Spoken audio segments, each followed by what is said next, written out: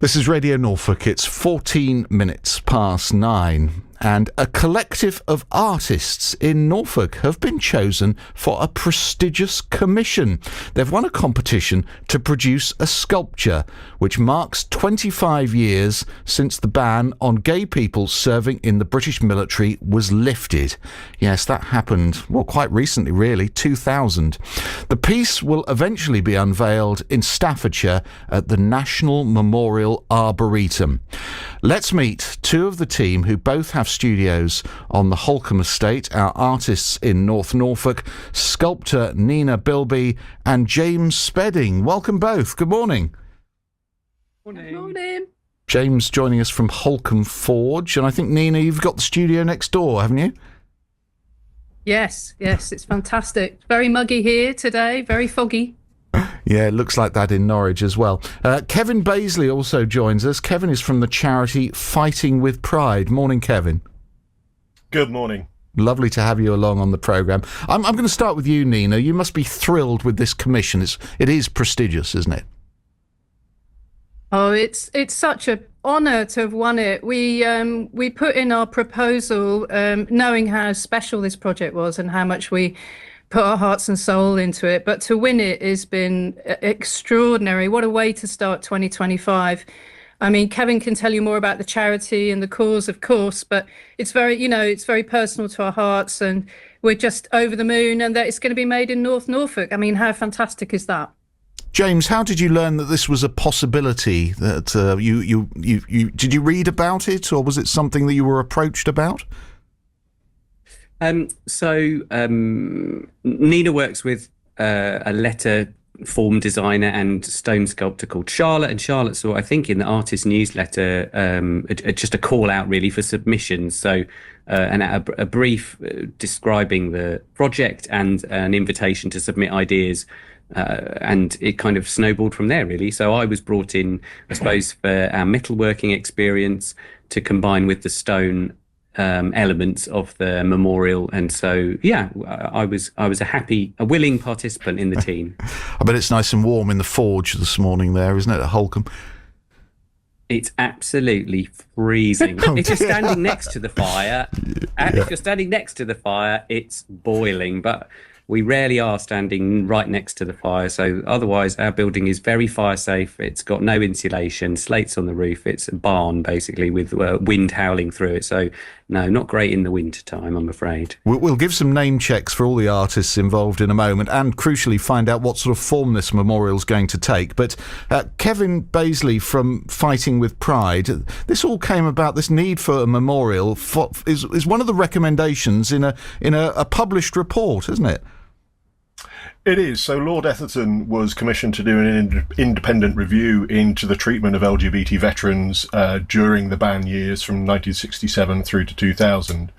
And some of those recommendations in his report was for a lasting and permanent memorial to be placed at the National Memorial Arboretum, not just for those LGBT veterans, but for all current serving and all future LGBT plus armed forces community members. So, this is going to be a very important focal piece for that entire community for many years to come. It's astonishing to think as recently as 2000 that this was the case in the army and the entire armed forces, that you had to be in the closet if you were gay and in the forces, didn't you? Yes, I was a veteran myself, and I served from 1985 through to 1995, where I actually fell foul of that ban and was discharged because of my sexuality. So I know from personal experience the impact that ban had on many people. And we're talking, for some people, it had very serious consequences, didn't it? Very much so. There were many examples of severe abuse, interrogations, imprisonment, but that's what we don't really want to focus too much on that. This is very much focusing on yes, remembering that those injustices that happened, but it is focusing on the sacrifice and service of all of that armed forces LGBT plus community.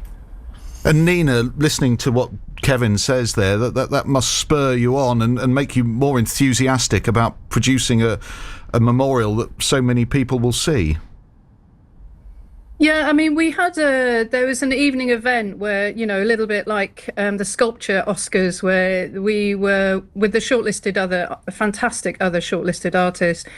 It was announced the winner, and it was a very emotional evening because we got to meet some veterans that were directly affected by the ban, who'd lost their careers, and all that incredible potential that had been lost by them being, excluded from jobs, from catering, all the way up to, intelligence corps, all the way through the whole remit of these people's careers and potential was lost.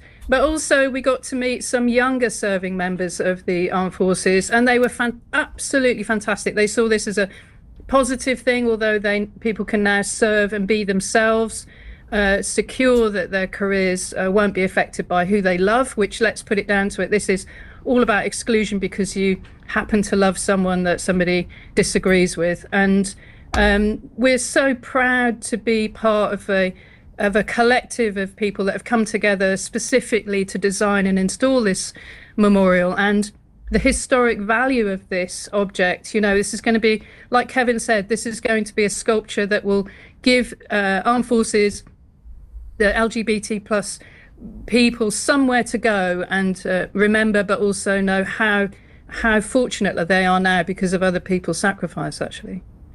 So, James, there's you in the forge, isn't there? And Nina, the artist, designing the piece. And, well, tell us how it'll work. You've got two other names to mention as well, haven't you?